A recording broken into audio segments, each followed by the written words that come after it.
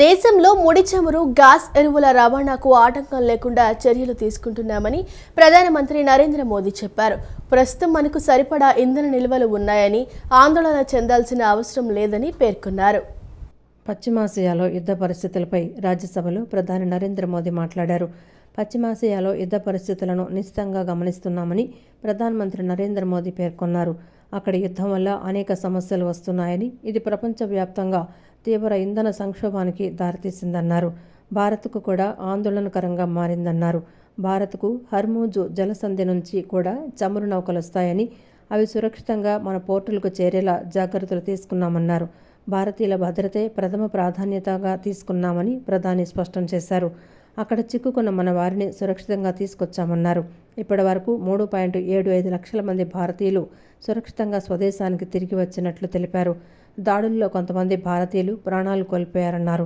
Gulf దేశాలతో నిరంతరం చర్చలు జరుపుతున్నామని, సమస్యలకు చర్చలు, సంప్రదింపులే ఏకైక పరిష్కార మార్గమని ప్రధానమంత్రి నరేంద్ర మోదీ స్పష్టం చేశారు. हॉर्मुज़ स्ट्रेट में जहाजों का आना जाना बहुत चुनौतीपूर्ण हो गया है, लेकिन विपरीत परिस्थितियों के बावजूद हमारी सरकार ने संवाद से, कूटनीति के माध्यम से रास्ते बनाने का प्रयास किया है.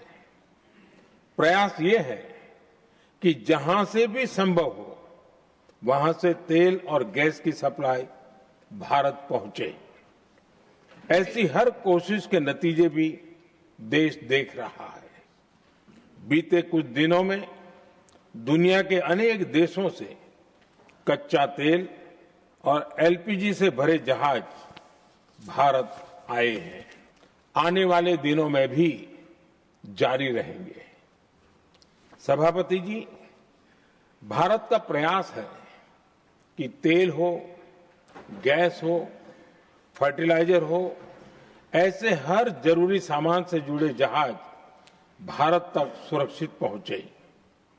लेकिन इस युद्ध से बनी वैश्विक परिस्थितियां अगर लंबे समय तक बनी रहती है तो गंभीर दुष्परिणाम तय है. इसलिए भारत ने अपनी रेजिलियंस बढ़ाने के लिए जो भी प्रयास बीते वर्षों में किए हैं उनको और गति दे रहा है. सभापति जी, कोई भी संकट हो वो हमारे हौसलों और हमारे प्रयास दोनों की परीक्षा लेता है. రాజధాని అమరావతిలో నిప్పుపై నిగ్గు తేల్చాలని ముఖ్యమంత్రి నారా చంద్రబాబు నాయుడు అధికారులను ఆదేశించారు. కూటమి ప్రభుత్వం ఏర్పడిన తర్వాత వరుసగా జరుగుతున్న అగ్ని ప్రమాద ఘటనలు నిజంగా ప్రమాదాలా లేక దాని వెనుక కుట్రకోణం ఉందా అనేది వెలికి తీయాలని సీఎం ఆదేశించారు. వరుస ఘటనలు, అవి జరుగుతున్న తీరు చూస్తుంటే కుట్రకోణం ఉందనే అనుమానం వస్తోందని, ఆ దిశగా మరింత లోతుగా అన్ని కోణాల్లోనూ విచారణ జరపాలని సీఎం చంద్రబాబు ఆదేశించారు. రాయ్పూడిలో హెచ్ఓడి టవర్ల నిర్మాణం వద్ద నిర్మాణ సంస్థకు చెందిన పైపులు గత రాత్రి దగ్ధమైన ఘటనపై సచివాలయంలోని తన ఛాంబర్లో DGP Harish Kumar Gupta, Guntur SP Vakul Jindal, intelligence chief Mahesh Kumar లఢాలతో సీఎం చంద్రబాబు సమీక్షించారు. ఈ సందర్భంగా ప్రమాద ఘటన గురించి అధికారులు ముఖ్యమంత్రికి వివరించారు. ఏ సమయంలో ప్రమాదం జరిగింది, ఎన్నింటికి అగ్ని ప్రమాదంపై ఫైర్ ఇంజన్కు కాల్ వచ్చింది అనే విషయాలను సీఎం అడిగి తెలుసుకున్నారు. ప్రమాద స్థలంలో అంత త్వరగా మంటలు వ్యాపించడానికి కారణాలేంటని అడిగి తెలుసుకున్నారు. ఫోరెన్సిక్ ఎవిడెన్స్ ద్వారా ఘటనకు కారణాలను కనిపెట్టాలని సీఎం సూచించారు. రాజధాని అమరావతిలో నిప్పుపై నిగ్గు తేల్చాలని ఆదేశించారు. కూటమి ప్రభుత్వం ఏర్పడిన తర్వాత వరుసగా జరుగుతున్న అగ్ని ప్రమాద ఘటనలు నిజంగా ప్రమాదాలా లేక దాని వెనుక కుట్రకోణం ఉందా అనేది వెలికి తీయాలని సీఎం ఆదేశించారు. వరుస ఘటనలు, అవి జరుగుతున్న తీరు చూస్తుంటే కుట్రకోణం ఉందనే అనుమానం వస్తోందని, ఆ దిశగా మరింత లోతుగా అన్ని కోణాల్లోనూ విచారణ జరపాలని సీఎం చంద్రబాబు ఆదేశించారు.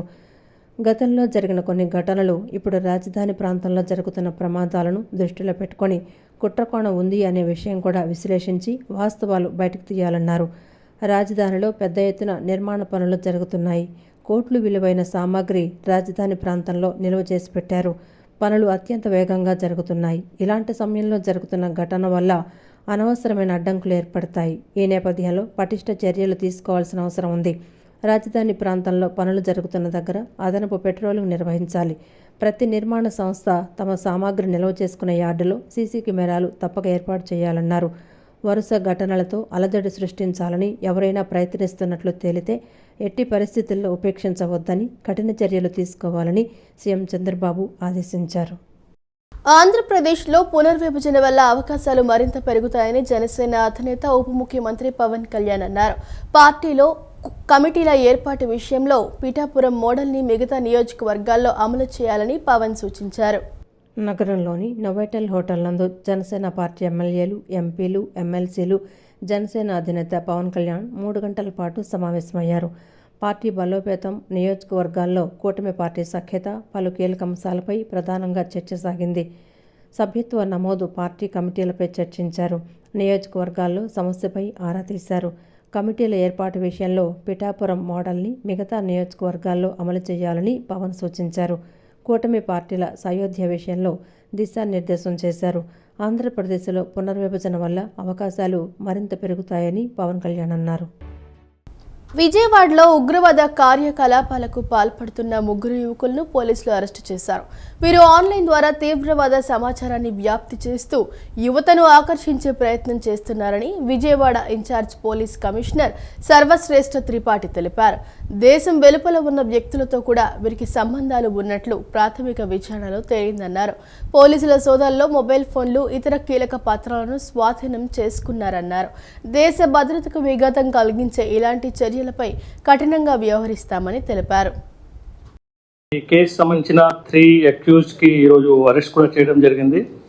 ఈ కేసులో బేసిక్లీ మనకి ఇన్ఫర్మేషన్ వచ్చింది that some people they have formed a group on Instagram. Basically 2 groups form చేశారు. 1 గ్రూప్ ISIS పేరు మీద ఉంది అండ్ అనదర్ గ్రూప్ ఉంది అల్ ఖైదా ఇండియన్ సబ్ కాంటినెంట్ పేరు మీద గ్రూప్ ఉంది. ఈ దీంట్లో సో మెనీ పీపుల్స్ ఆ గ్రూప్లో ఉన్నారు. గ్రూప్ ఫామ్ చేసి వాళ్ళు రెడికలైజేషన్ చేయడానికి ఎట్లా ఎలిమెంట్ వాళ్ళు పెడుతున్నారు. ఇది క్రెడిబుల్ ఇన్ఫర్మేషన్ వచ్చిన తర్వాత, ఇన్పుట్ తర్వాత మన వాళ్ళు ఫోకస్డ్ ఎంక్వైరీ చేశారు, టెక్నికల్ అనాలిసిస్ చేశారు దానికి అండ్ రివీల్ చేశారు that accused were operating organised online groups and systematically engaging in the dissemination of extremist content aimed at influencing and recruiting vulnerable individuals. They were also found to be in the contact with the persons based outside the country who were encouraging unlawful activities prejudicial to the sovereignty, unity and security of the nation. Preliminary inquiry findings indicates that these activities were part of a structured effort with wider linkages beyond the local level. Mainly 5-member AQIS గ్రూప్లో identify చేయడం జరిగింది. ఆ 5లో నుంచి 3 మెంబర్స్కి arrest చూపించాము. మిగతా 2 మెంబర్స్కి arrest కోసం కూడా టీం పంపడం జరుగుతుంది. వాళ్ళు కూడా సర్చింగ్ మనం చేస్తున్నారు. అట్లా ఈ ISIS గ్రూప్లో కూడా టోటల్ 7 మెంబర్ ఇప్పుడు ప్రస్తుతం ఐడెంటిఫై చేయడం జరిగింది. ఆ 7 మెంబర్ కోసం కూడా డిఫరెంట్ స్టేట్స్లో డిఫరెంట్ ప్లేస్లో టీం పంపడం జరిగింది. వారి కోసం కూడా మన అరెస్ట్ చేయడానికి ప్రయత్నం చేస్తున్నాం. రాష్ట్ర ఐటీ, మానవ వనరుల అభివృద్ధి శాఖల మంత్రి నారా లోకేష్ జిల్లా టీడీపీ కార్యాలయంలో ప్రజా దర్బార్ నిర్వహించారు. ఉమ్మడి జిల్లా వాసుల నుంచి వినతులు స్వీకరించారు. వయో పరిమితి 62 సంవత్సరాలకు పెంచాలని ఆంధ్ర విశ్వవిద్యాలయంలో మినిమం టైం స్కేలు ఉద్యోగులు కోరారు.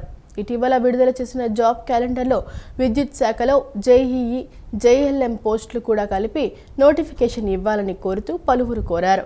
కొత్తగా ప్రారంభించనున్న భోగాపురం ఇంటర్నేషనల్ ఎయిర్పోర్ట్లో తమ సేవలు వినియోగించుకోవాలని విశాఖపట్నం పోర్టులో పోర్టర్లుగా పనిచేస్తున్న వారు వినతి పత్రం అందజేశారు.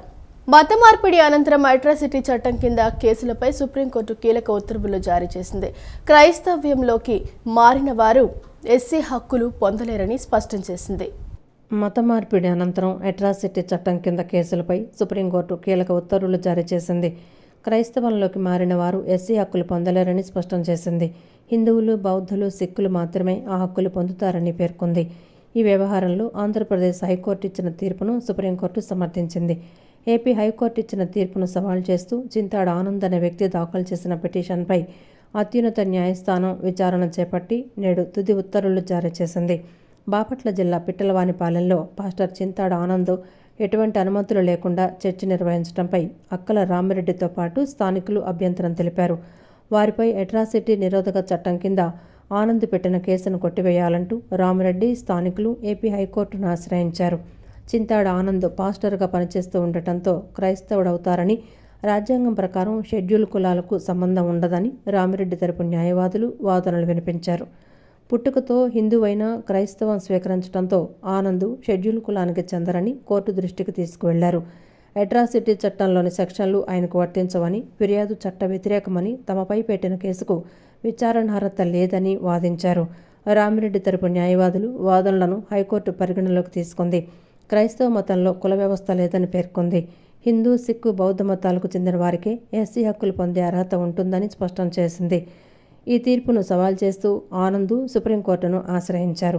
దీనిపై సుప్రీంకోర్టు న్యాయమూర్తులు జస్టిస్ అంజరియా ధర్మాసనం విచారణ చేపట్టింది. ఈ సందర్భంగా ఏపీ హైకోర్టు తీర్పును సమర్థించింది. హిందూ, బౌద్ధ, సిక్కు మతాల్లోని వారు మాత్రమే ఎస్సీ హోదాకు అర్హులని సుప్రీంకోర్టు స్పష్టం చేసింది. అలా కాకుండా మతం మారితే ఎస్సీ హోదా రద్దవుతుందని తేల్చి చెప్పింది. క్రైస్తవ మతంలోకి మారి పాస్టర్గా పనిచేస్తున్న వ్యక్తి ఎస్సీ, ఎస్టీ చట్టం కింద రక్షణ పొందలేరని స్పష్టం చేసింది. పాస్టర్ ఆనంద్ దశాబ్దానికి పైగా క్రైస్తవంలోనే ఉన్నారని, తిరిగి మారలేదని నిరూపణ అయిందని ధర్మాసనం పేర్కొంది. పోలవరం, హంద్రీనివా ప్రాజెక్టుల తర్వాత పోలవరం ఎడమ ప్రధాన కాలువ, వెలిగొండ ప్రాజెక్టులకు రాష్ట్ర ప్రభుత్వం అధిక ప్రాధాన్యత ఇస్తుందని మంత్రి నిమ్మల రామానాయుడు పేర్కొన్నారు. సీజన్ మొదలయ్యేలోగా గోదావరి జలాలను అనకాపల్లి వరకు తీసుకెళ్లేలా పోలవరం ఎడమ ప్రధాన కాలువ పనులు పూర్తి చేయాలని ఆదేశించారు. వెలిగొండ, పోలవరం ఎడమ ప్రధాన కాలువ పనుల పురోగతిపై అధికారులతో మంత్రి నిమ్మల రామానాయుడు వీడియో కాన్ఫరెన్స్ నిర్వహించారు. ఇరిగేషన్ సలహాదారు వెంకటేశ్వరరావు, ఈఎన్సీ నరసింహమూర్తి, ఆయా ప్రాజెక్టుల సీఈలు, ఎస్ఈలు, ఏజెన్సీల ప్రతినిధులు, ఇతర ఉన్నతాధికారులు హాజరయ్యారు. పోలవరం, హంద్రీనివా ప్రాజెక్టుల తర్వాత పోలవరం ఎడమ ప్రధాన కాలువ, వెలిగొండ ప్రాజెక్టులకు రాష్ట్ర ప్రభుత్వం అధిక ప్రాధాన్యత ఇస్తోందని పేర్కొన్నారు. సీజన్ మొదలయ్యేలోగా గోదావరి జలాలను అనకాపల్లి వరకు తీసుకువెళ్లేలా పోలవరం ఎడమ ప్రధాన కాలువ పనులు పూర్తి చేయాలని ఆదేశించారు. హైవేల క్రాసింగ్ల దగ్గర వంతెనల నిర్మాణాలు వేగంగా పూర్తి చేయాలని సూచించారు. వెలిగొండ టన్నెల్స్ లైనింగ్ పనులు మందగించడంపై ఏజెన్సీ ప్రతినిధులు, అధికారులపై మంత్రి నిమ్మల ఆగ్రహం వ్యక్తం చేశారు. టన్నెల్ లైనింగ్ పనుల జాప్యంపై అమరావతి వచ్చి సమాధానం చెప్పాలని అధికారులు, ఏజెన్సీ ప్రతినిధులను మంత్రి ఆదేశించారు. వారం వారం వెలిగొండ ప్రాజెక్టు పనుల పురోగతిపై రిపోర్టు ముఖ్యమంత్రి చంద్రబాబుకు ఇవ్వాలని అధికారులకు మంత్రి నిమ్మల తెలియజేశారు. త్వరలోనే నిర్వాసితుల ఖాతాల్లో పునరావాస పరిహారం అందించేలా చర్యలు తీసుకున్నట్లు పేర్కొన్నారు. జూన్ నాటికి నల్లమల సాగర్ను నింపేలా వెలిగొండ ప్రాజెక్టు పనులు పూర్తి చేయాలని సీఎం చంద్రబాబు ఆదేశించినట్లు మంత్రి నిమ్మల రామానాయుడు అన్నారు. అసమానతలు, కుల వివక్ష రహిత సమాజమే లక్ష్యంగా ఎస్సీ ఎస్టీ కమిషన్ పనిచేస్తుందని రాష్ట్ర SC commission chairman K S Jawahar తెలిపారు. అట్టడుగు వర్గాలు అభివృద్ధి చెందితేనే సమాజం అభివృద్ధి చెందుతుందన్న అంబేద్కర్ ఆలోచనలే శిరోధార్యంగా పనిచేస్తున్నామన్నారు. లబ్ధిదారుల్ని ఆదుకునే విధంగా చర్యలు తీసుకోమని అధికారులకు చెప్పామన్నారు. అట్టడుగు వర్గాలకు న్యాయం జరిగేలా కృషి చేస్తామన్నారు. అధికారులు ఎస్సీ సమస్యలు పరిష్కరించి సమాజంలో గౌరవం పొందేలా చర్యలు తీసుకోవాలని, ఆ దిశగా అడుగులు వేయాలని సూచించారు. అట్రాసిటీస్ కానీ, భూ కబ్జాలకు సంబంధించి కానీ, ఈ ఎవరైతే బలహీన వర్గాలు ఉన్నారో వాళ్ళకి ఏ విధంగా బలవంతుల నుంచి థ్రెట్ వస్తుందనేది ఈ కమిషన్ పూర్తిగా పర్యవేక్షించడం, చర్యలు తీసుకోవటం, అదేవిధంగా రాష్ట్రంలో ఎవరైతే అట్రాసిటీస్ బాధితులు ఉన్నారో వాళ్ళకి సత్వర న్యాయాన్ని చేకూర్చడం కోసం ఈరోజు కమిషన్ పనిచేస్తూ ఉంది. ఎందుకంటే 2018 ముందు ఏదైతే చంద్రబాబు నాయుడు గారి ప్రభుత్వంలో ఉన్నటువంటి సందర్భంలో మాత్రమే కమిషన్ పర్యటనలు జరిగాయి. గత 6 సంవత్సరాల నుంచి కూడా పర్యటనలు లేని పరిస్థితి వచ్చింది. దానిలో భాగంగా ఇది 6వ జిల్లాగా మేము రావడం జరిగింది. ఏదైతే పార్వతీపురం కానీ మిగతా చోట్ల కూడా అన్ని చోట్ల కూడా ఈ కమిషన్ పర్యటించి యథార్థ పరిస్థితులను తెలుసుకోవటం, అదేవిధంగా సత్వర న్యాయాన్ని ఇవ్వడం అనేదే కాన్సెప్ట్గా పెట్టుకొని ముందుకు వెళ్తూ ఉన్నాం. ఈరోజు ఏదైతే ఎన్టీఆర్ జిల్లాలో 7 నియోజకవర్గాలకు సంబంధించి కూడా అన్నీ కూడా తీసుకుంటా ఉన్నాం. సాధారణంగా అధికారులందరూ కూడా ఏంటంటే ఏదైనా సరే గోకులం ఉందంటే గోకులం అందరికి ఇచ్చాం కాబట్టి సరిపోయింది, మా టార్గెట్ రీచ్ అయింది అనుకుంటారు. అదేవిధంగా ఎన్ఆర్జీఎస్ కానీ వీళ్ళు కూడా అదేవిధంగా టార్గెట్స్ అయితే నిర్దేశించుకొని పూర్తయినని చెప్తారు. కానీ మా టార్గెట్ ఏంటంటే రాష్ట్రంలో అదేవిధంగా ఈ జిల్లాలో ఉన్న జనాభాలో 15% మంది దళితులకి ఈ లబ్ధి చేకూరుతుందా లేదా, వెల్ఫేర్ స్కీమ్స్ ఎలా ఉన్నాయి, దాంతోపాటుగా రూల్ ఆఫ్ రిజర్వేషన్ అనేది ఎలా జరుగుతూ ఉంది, ఇవన్నీ కూడా మధ్యాహ్నం నుంచి రివ్యూ చేయడం జరుగుద్ది. ఈ రివ్యూ ఆధారంగా ఆ జిల్లాలో యథార్థ పరిస్థితులు తెలుసుకోవడం, తగు సూచనలు ఇవ్వటం, అదేవిధంగా సత్వరంగా వాళ్ళందరికీ కూడా న్యాయం చేకూర్చడం. మంగళగిరి నియోజకవర్గం తాడేపల్లి పట్టణంలోని ఆశ్రమం రోడ్డులో నూతనంగా నిర్మించిన మెడ్ స్టార్ మల్టీ స్పెషాలిటీ హాస్పిటల్ను విద్యా ఐటీ శాఖల మంత్రి నారా లోకేష్ ప్రారంభించారు. ఆసుపత్రి మొత్తం కలియ తిరిగి అత్యాధునిక వైద్య సదుపాయాలను పరిశీలించారు. ప్రభుత్వ పాఠశాల వసతి గృహం ప్రాంగణంలో పరిశుభ్రత వాతావరణంలో నాణ్యమైన ఆహారం అందించేందుకు ప్రాధాన్యతనివ్వాలని అధికారులకు గుడివాడ ఎమ్మెల్యే వెనిగండ్ల రాము స్పష్టం చేశారు. ప్రభుత్వ ఆకాంక్షలకు అనుగుణంగా వసతి గృహాల్లో విద్యార్థులకు మెరుగైన వసతులు కల్పించేందుకు చర్యలు తీసుకుంటామని స్పష్టం చేశారు. కృష్ణా జిల్లా గుడివాడ రూరల్ మండలంలోని మోటూరు గురుకుల పాఠశాలను ఎమ్మెల్యే వెనిగొండ్ల రాము నేడు ఆకస్మిక తనిఖీ చేశారు. ముందుగా పాఠశాల వంటగది మెనూ చార్ట్ పరిశీలించి సరుకులు, కూరగాయల నిల్వలు తనిఖీ చేశారు. వంటగది పరిసరాలు అశుభ్ర వాతావరణంలో ఉండటాన్ని గుర్తించి సరిచేయాలని సిబ్బందికి సూచనలు చేశారు. వసతి గృహాల్లో వంట సిబ్బంది కొరత ఉన్నట్లు పాఠశాల ప్రిన్సిపల్ విజయలక్ష్మి ద్వారా తెలుసుకున్న ఎమ్మెల్యే రాము వీడియో కాల్ ద్వారా స్థానిక పరిస్థితులను గురుకుల పాఠశాలల డిస్ట్రిక్ట్ కోఆర్డినేటర్ మురళీకృష్ణకు చూపించారు. వంట సిబ్బందిని నియమించడంతో పాటుగా పరిసరాలను మెరుగుపరచాలని సూచించారు. హాస్టల్ ప్రాంగణంలో విద్యార్థినులతో స్నేహపూర్వకంగా మాట్లాడగా వారు తమ సమస్యలను ఎమ్మెల్యే రాముకు తెలిపారు. అనంతరం విద్యార్థులతో కలిసి మధ్యాహ్న భోజనం చేస్తూ భోజన నాణ్యత, రోజువారీ మెనూ వివరాలను అడిగి తెలుసుకున్నారు. విద్యార్థులు తెలిపిన సమస్యలను ప్రిన్సిపాల్ మరియు ఉపాధ్యాయుల వద్ద ఎమ్మెల్యే రాము ప్రస్తావించారు. సమస్యల పరిష్కారానికి చర్యలు తీసుకోవాలని పలు సూచనలు చేశారు. పాఠశాల వసతి గృహం ప్రాంగణంలో పరిశుభ్రత, నాణ్యమైన ఆహారం అందించేందుకు ప్రాధాన్యత ఇవ్వాలని అధికారులకు స్పష్టం చేశారు. ప్రభుత్వ ఆకాంక్షలకు అనుగుణంగా వసతి గృహాల్లో విద్యార్థులకు మెరుగైన వసతులు కల్పించేందుకు చర్యలు తీసుకుంటామని ఎమ్మెల్యే రాము అన్నారు. ఈ కార్యక్రమంలో MPDO Vishnu Prasad, market yard chairman Chatragadda Ravi, పలువురు అధికారులు తనిఖీలో పాల్గొన్నారు. ఏది చూసినా కానీ దుమ్ము కొట్టుకుపోయి ఈగలు పెట్టుకుంటా దీంట్లో అసలు మరీ దారుణమైన పరిస్థితులు ఉన్నాయండి. బేసిక్గా ఇది అండ్ సీరియస్లీ బేసిక్గా మీరు వెంటనే రిక్రూట్మెంట్ చేసుకుంటారో ఏం చేసుకుంటారో, ప్లస్ ఇది వెరీ ఇన్హ్యూమెన్ కండిషన్స్. ఓకే చూడండి, దీని మీద ఈగలు చూస్తే చూడండి ఒకసారి ఎట్లా ఉన్నాయో. అంటే కొద్దిగా ఉండటం అనేది సహజం, ఎంత ఉంటే అనేది మరి తట్టుకోలేనట్టు ఉంది ఇక్కడ పరిస్థితి. మీరు తర్వాత ఒకసారి చేయించినాక నన్ను పిలవండి, ఇదంతా క్లీనప్ చేయించి.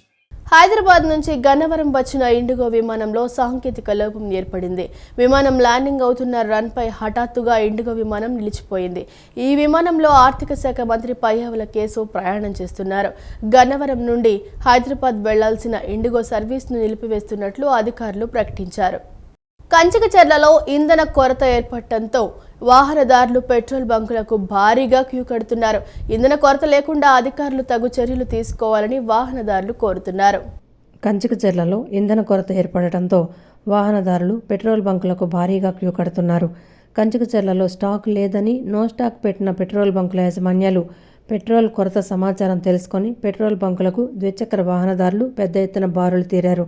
పెట్రోల్ బంకుల్లో ద్విచక్ర వాహనాలకు పెట్రోల్ కొట్టకుండా బాటిల్స్లో నింపుతున్నారని వాహనదారులు వాపోతున్నారు.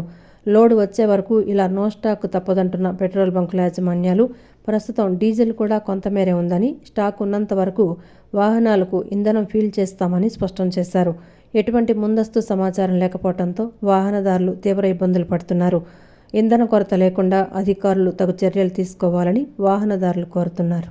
విజయవాడ నగరంలో బాండ్ మేళం చిత్ర యూనిట్ సందడి చేసింది. తెలంగాణ పల్లెటూరి నేపథ్యంలో సాగే స్వచ్ఛమైన ప్రేమ కథలకు తెలుగు ప్రేక్షకులు ఎప్పుడూ బ్రహ్మరథం పడతారు. సరిగ్గా అదే వాటిలో భావమర్దల మధ్య ఉండే అందమైన అనుబంధాన్ని, భావోద్వేగాలను వెండితెరపై ఆవిష్కరించడానికి ఈ నెల 26వ తేదీన బాండ్ మేళం చిత్రం ప్రేక్షకుల ముందుకు రానుందని, చిన్న చిత్రాన్ని ప్రేక్షకులు వీక్షించి విజయవంతం చేయాలని నిర్మాత కోన వెంకట్ కోరారు.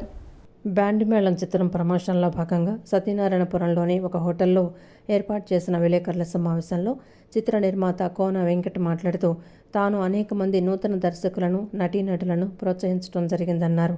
అనేక మంది సినీ రంగంలో తమకంటూ ఒక ప్రత్యేకతను గుర్తింపును తెచ్చుకుంటున్నారని తెలిపారు. చిన్ననాటి స్నేహం పెద్దయ్యాక ప్రేమగా ఎలా మారింది, ఆ ప్రయాణంలో ఎదురైన అడ్డంకులు మరియు భావోద్వేగాలను దర్శకుడెంతో హృదయంగా మలిచారని అన్నారు. కుటుంబ సమేతంగా చూడదగ్గ చిత్రమన్నారు. వినోదంతో పాటు యువతను ఆకట్టుకునే అంశాలు ఈ చిత్రంలో పుష్కలంగా ఉన్నాయని తెలిపారు. కోర్టు చిత్రం సీరియస్ ప్రేమ కథా చిత్రమని, అయితే ఆ చిత్రంలో చందు జాబిల్లి పాత్రల్లో ప్రేక్షకులను అలరించారని, ఈ చిత్రంలో ఆ జంట వీర యాదమ్మగా మరోసారి ప్రేక్షకులను అలరించనున్నారని చెప్పారు. ఈ నెల 25వ తేదీన రేపు అన్ని థియేటర్లలో ప్రీమియర్ షోలు ప్రదర్శిస్తున్నట్లు తెలియజేశారు. వీళ్ళకి వచ్చిన గుర్తింపు అయితే మన ఫస్ట్ టీజర్ నుంచి, వ్యాలంటైన్స్ డే వదిలిన టీజర్ నుంచి ఈ సినిమా సంపాదించుకున్న ఒక వైవిధ్యమైన ఇది ఒక సినిమా అని వాళ్ళే డిస్ట్రిబ్యూటర్స్, అక్కడ ఉన్న ఎగ్జిబిటర్స్ ముందుకు వచ్చి చాలా అక్రాస్ ద వరల్డ్ గ్లోబ్ వెళ్తుంది ఈ సినిమా. సో కాబట్టి రేపు 26వ తారీఖు రేపు ప్రీమియర్స్ నుండి తప్పకుండా ఈ సినిమా గురించి ఎందుకు ఇంత మేము కాన్ఫిడెంట్గా చెప్తున్నామంటే, ఇది ఇప్పటి వరకు ఎవరు చూడని ఒక కొత్త యాంగిల్ ఉంటుంది ఇందులో. ఇంతకుముందు వీళ్ళు ఒకే సిటీలో ఉంటూ ఒక గొప్ప కుటుంబం నుంచి ఒక లోయర్ కమ్యూనిటీ నుంచి, లేకపోతే లోయర్ ఎకనామిక్ గ్రూప్ నుంచి రిచ్ అండ్ పూర్ కాన్ఫ్లిక్ట్ అయితే, ఇందులో ఒకే ఫ్యామిలీలో ఒకే ఊళ్ళో ఉంటూ ఒకే కుటుంబంలో ఉంటూ వాళ్ళ మధ్యన వచ్చే డిఫరెన్సెస్ ఏంటి, ఎందుకు వచ్చాయి, ఒక వినూత్నమైన పాయింట్ బావామరదల కథలో. అనంతరం హీరో హర్ష రోహన్ మాట్లాడుతూ కోన వెంకట్ ప్రొడక్షన్లో బ్యాండ్ మేళం చిత్రంలో నటించడం సంతోషంగా ఉందన్నారు. ఈ చిత్రంలో హీరోయిన్ శ్రీదేవితో కలిసి ఈ చిత్రంలో నటించానన్నారు. ఈ చిత్రం తప్పక విజయం సాధిస్తుందని ఆశిస్తున్నట్లు చెప్పారు. చిరంజీవి గారు మొదటి మెతుకు పట్టుకొని చాలా బాగుందన్నారు. సో రేపు మీరు చూసిన తర్వాత అంటే రేపు మీ అందరికీ ఒక ఫుల్ మీల్స్ వడ్డిపోతున్నాం. ప్రతి ఒక్క ఎమోషన్ మీకు కనెక్ట్ అవుతుందని నమ్ముతున్నాం. అండ్ సినిమా మీద చాలా చాలా కాన్ఫిడెంట్గా ఉన్నాం. తప్పకుండా థియేటర్స్కి రండి. చందు జాబ్లీని ఎంతైతే ఓన్ చేసుకున్నారో అంతే మళ్ళీ యాదగిరిని, రాజమ్మని ఓన్ చేసుకున్నామని కోరుకుంటున్నాను. మీ అందరికి డెఫినెట్గా నచ్చుతుంది. ఇప్పటివరకు చూడని ఒక కొత్త కాన్ఫ్లిక్ట్ అయితే మీరు ఈ సినిమాలో చూస్తారు. నేనైతే చాలా కాన్ఫిడెంట్గా చెప్పగలుగుతాను. అనంతరం హీరోయిన్ శ్రీదేవి మాట్లాడుతూ బ్యాండ్ మేళం చిత్రం క్లైమాక్స్ ప్రేక్షకులను ఎంతగానో అలరిస్తుందన్నారు. ఈ చిత్రంలో తెలంగాణ అమ్మాయిగా కనిపిస్తానని, తెలంగాణ యాసలో మాట్లాడటం నేర్చుకున్నట్లు చెప్పారు. మార్చి 26వ తేదీన ఈ చిత్రం ప్రేక్షకుల ముందుకు రానుందని, అందరూ తమ చిత్రాన్ని వీక్షించి విజయవంతం చేయాలని కోరారు.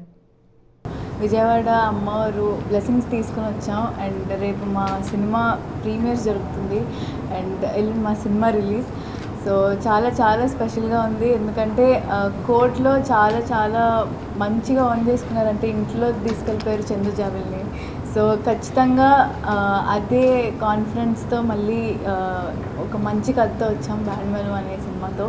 అండ్ మీ అందరికీ తప్పకుండా నచ్చుతుంది. అండ్ జాబిలి చందుని ఎంతైతే ఓన్ చేసుకున్నారో ఖచ్చితంగా దానికంటే ఎక్కువ రాజమ్మని, యాదగిరిని ఇంటికి తీసుకెళ్ళిపోతారు. అనంతరం దర్శకుడు సతీష్ జవ్వాజీ మాట్లాడుతూ తాను అనేక మందికి కథ వినిపించాలని, అయితే కోన వెంకట్ కథ విన్న వెంటనే రోహన్ శ్రీదేవితో కలిసి ఈ చిత్రం నిర్మించాలని తనకు సూచించినట్లు చెప్పారు. బ్యాండ్ మేళం చిత్రంలో పలువురు నూతన నటీనటులను కూడా వెండితెరకు పరిచయం చేస్తున్నట్లు వివరించారు. ఈ చిత్ర నిర్మాణానికి కోన వెంకట్ ఎంతగానో సహకారం అందించారని తెలియజేశారు. తెలుగు ప్రేక్షకులకు ఈ సినిమా ఖచ్చితంగా నచ్చుతుందని, ప్రతి ఒక్కరూ కడుపుబ్బా నవ్వుకోవచ్చని చెప్పారు. 100 సినిమాలు చేసిన తర్వాత కూడా 101 సినిమాకు కూడా ఈయన ఇంత తిరగడం అనేది మైకే స్ట్రేంజ్ అనిపిస్తుంది. మేము కూడా చాలాసార్లు సిక్ అయిపోయినాం. రోషన్ కానీ, నేను కానీ, శ్రీదేవి కానీ. ఇంత యాక్టివ్గా ఈయన ఎలా ఉండడం మాకు అర్థం కావట్లేదు. రైటింగ్ టాలెంట్తో పాటు ఈ సీక్రెట్ కూడా మేము తీసుకోవాలి దగ్గర నుంచి. రేపు ప్రీమియర్స్ పడుతున్నాయండి. ప్రతి సిటీలో ప్రీమియర్స్ ఉన్నాయి. ఎల్లుండి ఈ సినిమా వస్తుంది, అందరు చూడండి. ఖచ్చితంగా మీరు పెట్టిన ప్రతి రూపాయికి ₹2 ఎంటర్టైన్మెంట్ ఇస్తాం. ఈ వార్తలు ఇంతటితో సమాప్తం. మరో బులెటిన్తో మళ్ళీ కలుద్దాం. అంతవరకు సెలవు. నమస్కారం.